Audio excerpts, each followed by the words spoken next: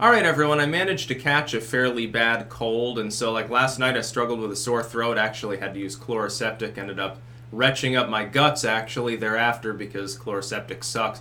Now I've just got a cough, lingering like congestion, so if I cough or sound like a little bit nasally or whatever, that's why. I needed more coffee than normal, so, unfortunately you can't get these custom made, I guess. We gotta talk about the YouTube rollout of deverification. Because unbeknownst to me, and I've already appealed it, you can appeal deverification that YouTube is sending emails to people. Instead of doing what a normal company would do, which is announce, hey, we're changing our verification requirements, here's a general guideline to it, you'll be able to appeal, and making it like simple and making sure people know that they can appeal this. They simply sent a bunch of emails to people that didn't mention that at all. They apparently sent emails to pretty much every non-corporate creator on the platform. Razorfist said, I think he got one. PewDiePie, I think, didn't he allude to it? I know basically everyone. I got one. People with many more subscribers and views than I did. What you have to do, though, is you have to go to your creator studio and it'll have a banner and you have to click Learn More, which... What's the proportion of people that click on those fucking banners, dude? Not very high. It's probably in the single digits.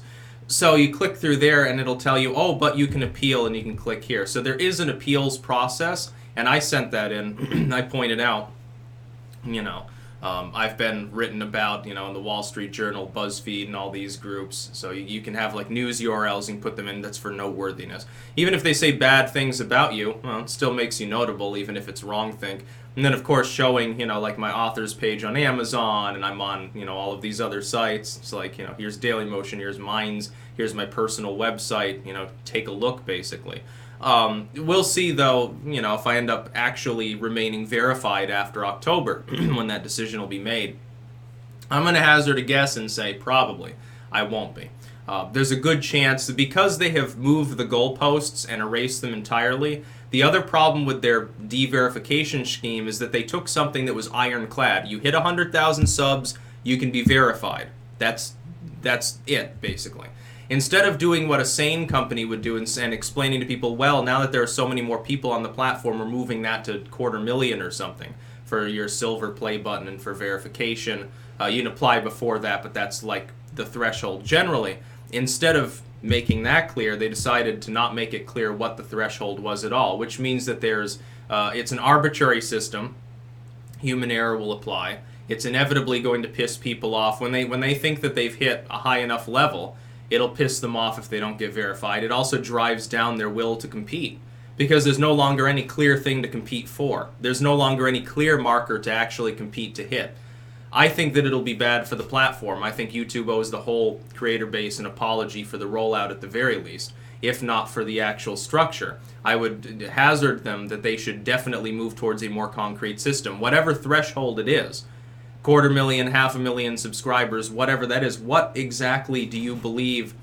What do you believe is involved with internet celebrity? Certainly a YouTube creator who has an audience in the six-figure range is already well known. That can't be denied.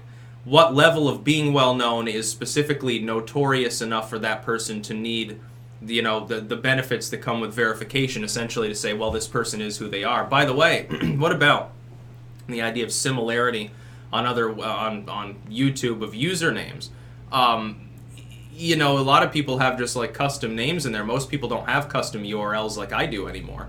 Mine is, user/StickSexandHammer666. There's also a totally different randomly generated URL. That's what most people have. As far as username, can't you change that at a whim anyway? I know you could during the G+ period. So what the fuck are you talking about? So in other words, if I want to gain verification, all I have to do is be PewDiePie 2.0 and I can swipe his verification or something. That's going to cause some piracy. I guarantee there will be cases where people get butthurt and leave the platform entirely because they feel like they've earned verification. They'll see someone with stats similar to theirs, regardless of whether this is realistic. It could be that person's mostly known somewhere else, that's why they're verified. They'll see someone who's roughly similar to them, they get denied verification, the other person's verified, and they'll flip their shit. Well, this isn't good for PR. YouTube's entire PR department should be completely fired. Every single person that's there should be let go of, from the top to the bottom, and start anew. Because it's now clear that YouTube has a systemic problem with communication with creators. The whole thing is premised on the idea that verification right now is too arbitrary and people think it's promotion rather than just verifying who it is. No, nobody has thought that. I have never heard a single person complain that they thought verification on YouTube was an endorsement of the channel. You'd have to be a newcomer because it's well understood by anyone who's been on the platform for more than a fucking year or two that that's not the case. Verification is a threshold you've reached. You're notable enough so that you need to be verified so people know that it's actually you. That's all it has ever meant. YouTube has never warranted it as anything else. By the way, you've confused more people by this de-verification scheme than ever could have possibly been confused on the worst of days with regards to the old verification system. So, it's completely pointless.